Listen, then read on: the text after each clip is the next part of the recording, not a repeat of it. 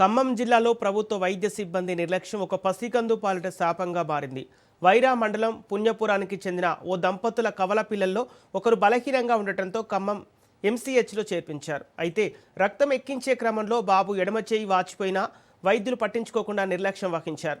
Infection ముదరటంతో Hyderabad Niloufer ఆసుపత్రిలో పసికందు చేతిని తొలగించాల్సి వచ్చింది. పైగా బాబు మెదడులో నీరు చేరి మానసిక వికలాంగుడయ్యే ప్రమాదం ఉందని వైద్యురాలు చెప్పడంతో ఆ తల్లిదండ్రులు తమ బిడ్డను చూస్తూ బోరున విలపిస్తున్నారు.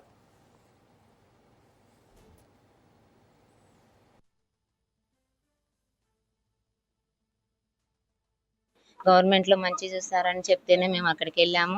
అక్కడికెళ్ళాక నాకు గ్యాస్ ఇంజెక్షన్ చేశారు. పిల్లలకి హార్ట్ బీట్స్ చూశారు. అక్కడ ఇంజెక్షన్ చేసిన పెయిన్ తగ్గకపోతే మళ్ళీ ఖమ్మం గవర్నమెంట్‌కి పంపించారు. అక్కడ ఇంజెక్షన్ చేసి టెస్టులు చేశారు. 3కెళ్తే 7 వరకు ట్రీట్మెంట్ చేసినా నాకు పెయిన్ తగ్గలేదు. తగ్గపోతే నేను ప్రైవేట్ హాస్పిటల్‌కి వెళ్ళాల్సొచ్చింది. ప్రైవేట్ హాస్పిటల్‌కెళ్ళాక అక్కడ ట్రీట్మెంట్ చేశారు మధ్యాహ్నం వరకి. అనుకోకుండా బీపీ పెరిగి ఉమ్మనీరు పడిపోయి 7th మంత్‌లో డెలివరీ అయ్యి 2 బాబులు పుట్టారు. సిజేరియన్ చేశారు. చేసి బాబుని తీసి లంగ్స్ ప్రాబ్లం ఇదే లంగ్స్ ఇన్ఫెక్షన్ ఉందమ్మా ఒక బాబుకి లంగ్స్ ఇన్ఫెక్షన్ ఉందని చెప్పారు. చెప్పి వాళ్ళు కొంచెం లో బర్త్ వెయిట్ కదా, బాబుల్ని అక్కడ బాక్స్లో ఉంచండి, బాబులు వెయిట్ పెరుగుతారని చెప్పి ఒక బాబు 1.5 kg ఉండి ఒక బాబు 1.4 kg ఉన్నాడు. బ్లడ్ ఎక్కించడం అయిపోయింది. అరిచెయ్యి అంతా తెల్లబడిపోయి వాపు వచ్చింది.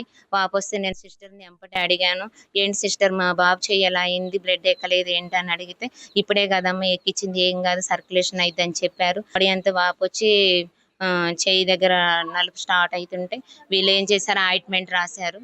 బాబు కాపు వచ్చిందని ఆయింట్మెంట్ వేసి వేడి నీళ్ళలో క్లాత్ ముంచిచ్చి రుద్దిచ్చారు, తగ్గిద్దని చెప్పి గ్యాంగ్రీన్ అవుతుంటే ఇక్కడే గ్యాంగ్రీన్ అయింది, నరం కట్టయింది. 3వ రోజు స్కానింగ్ పంపించారు ప్రైవేట్ హాస్పిటల్కి.